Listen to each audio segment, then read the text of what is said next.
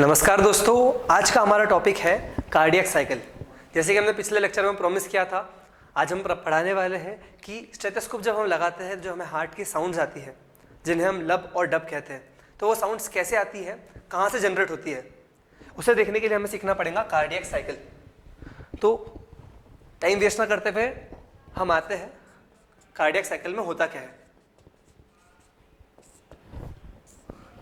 तो जो आपके हार्ट के चार पार्ट्स है, दो एट्रिया और दो वेंट्रिकल्स, तो इनमें होती है wave of contraction and relaxation. तो वेव ऑफ कॉन्ट्रैक्शन को हम कहते हैं सिस्टोल, जो हमने देखा था। Systole is a wave of contraction, diastole is a wave of relaxation.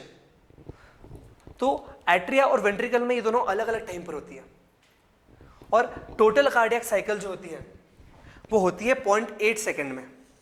0.8 second में दोनों एट्रिया और वेंट्रिकल्स की साइकिल कंप्लीट होती है। दैट इज हार्ट अपनी एक हार्ट बीट, एक कंप्लीट सिस्टोल और डायस्टोल कंप्लीट करके एक हार्ट बीट कंप्लीट करता है 0.8 सेकेंड में। तो अगर हम तो ऐसा एक मिनट में कितना होगा, एक मिनट में आता है आपके 60 सेकेंड्स और एक साइकिल आती है आपकी 0.8 सेकेंड की, तो रफली अराउंड 75 बीट्स पर मिनट। और जब हम रेंज पकड़ते हैं 70 to 80, उसका एवरेज लेके 75 बीट्स पर मिनट हम रफली कंसीडर करते हैं 70 to 80 बीट्स पर मिनट जो रेंज है। बट आपके टेक्स्ट बुक में मेंशन किया गया है 72 बीट्स पर मिनट। तो याद रखिए, अगर आपके टेक्स्ट बुक, अगर एमसीक्यू में आया कि हार्ट की बीट्स कितनी है, हार्ट रेट क्या है, तो आप मेंशन करिएगा 72 बीट्स पर मिनट। तो आते हैं, हम शुरुआत करते हैं कि एट्रिया में कैसे होता है ये। तो एट्रिया में प्रेजेंट, हमने कंडक्टिंग टिश्यू का पढ़ाए थे, हम समझे थे कि ऐसे नोड, साइनोएट्रियल नोड से कंडक्शन चालू होता है। तो जब एट्रिया में ब्लड आता है, कहाँ से आता है? सुपेरियर वेना कावा से आता है, इंफीरियर वेना कावा से आता है, और आता है कोरोनरी साइनसेस से। तो जब एट्रियल की फिलिंग होती है, एट्रिया में फिल होता है ब्लड, एट्रियल फिलिंग से जो ऐसे नोड है वो स्टिमुलेट होता है, वो एक्साइट होता है, और वो छोड़ता है एक wave of contraction. Wave of contraction यानी सिस्टोल। ये दो काम करता है, एक जो एट्रिया की जो मसल्स हैं उनको कॉन्ट्रैक्ट करता है, और साइमल्टेनियसली ये वेव को आगे फॉरवर्ड करता है, यानी AV node, bundle of His, left and right bundle branches and Purkinje fibres.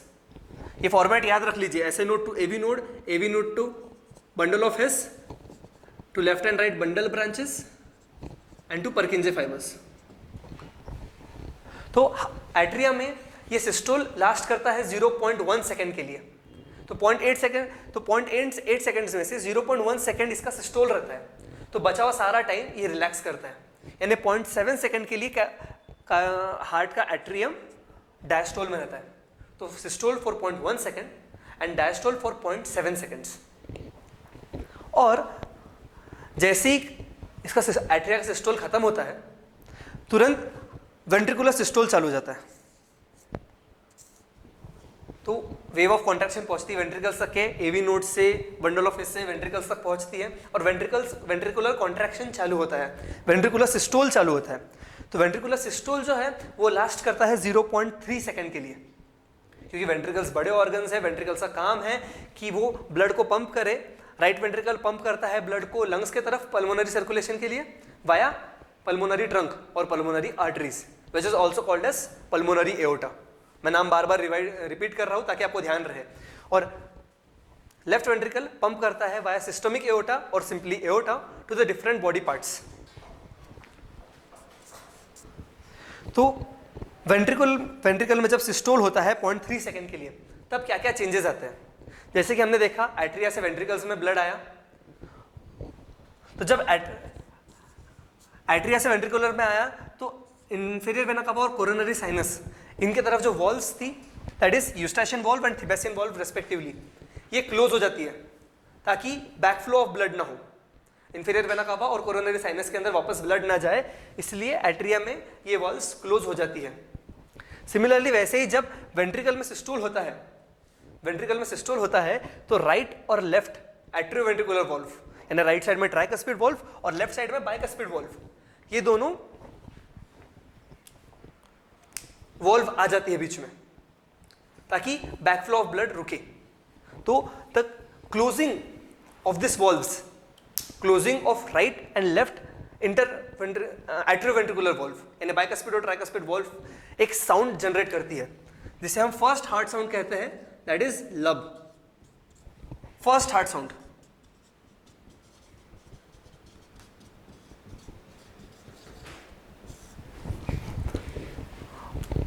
जो कि 0.3 सेकंड के लिए जन रहता है।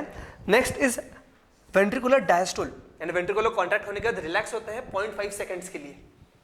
0.5 सेकंड्स के लिए वेंट्रिकुलर रिलैक्स होता है, तो ये पंप करते हैं पल्मोनरी एओर्टा और सिस्टमिक एओर्टा में। तो जब रिलैक्स करते हैं तो देयर इज अ चांस कि ये ब्लड जो एओर्टा में पंप किया है वापस आ जाए।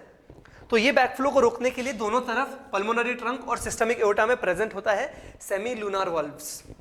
तो ये प्रिवेंट करते हैं backflow of blood back into the ventricles. और ये इनके closure of semilunar valves produces the dub sound which is the second heart sound. आपको पूछा जा सकता है कौन सी sound, first heart sound is lub, second heart sound is dub. First heart sound कब जनरेट होती है? वेंट्रिकुलर सिस्टोल में। सेकेंड हार्ट साउंड कब जनरेट होती है? दैट इज डब, जनरेट होती है वेंट्रिकुलर डायस्टोल में।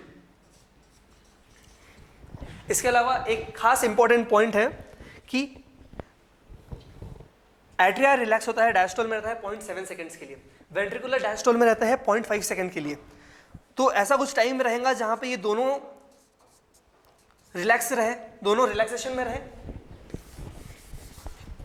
That is joint diastole. तो joint diastole is considered to be 0.4 seconds only.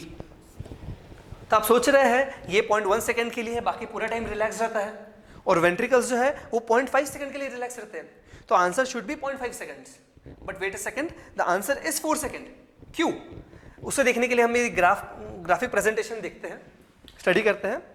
तो जैसे हमने देखा कि एट्रियल सिस्टोल चालू हो गया शुरुआत से 0.0, तो 0.0 से 0.1 सेकंड तक एट्रियल सिस्टोल रहता है।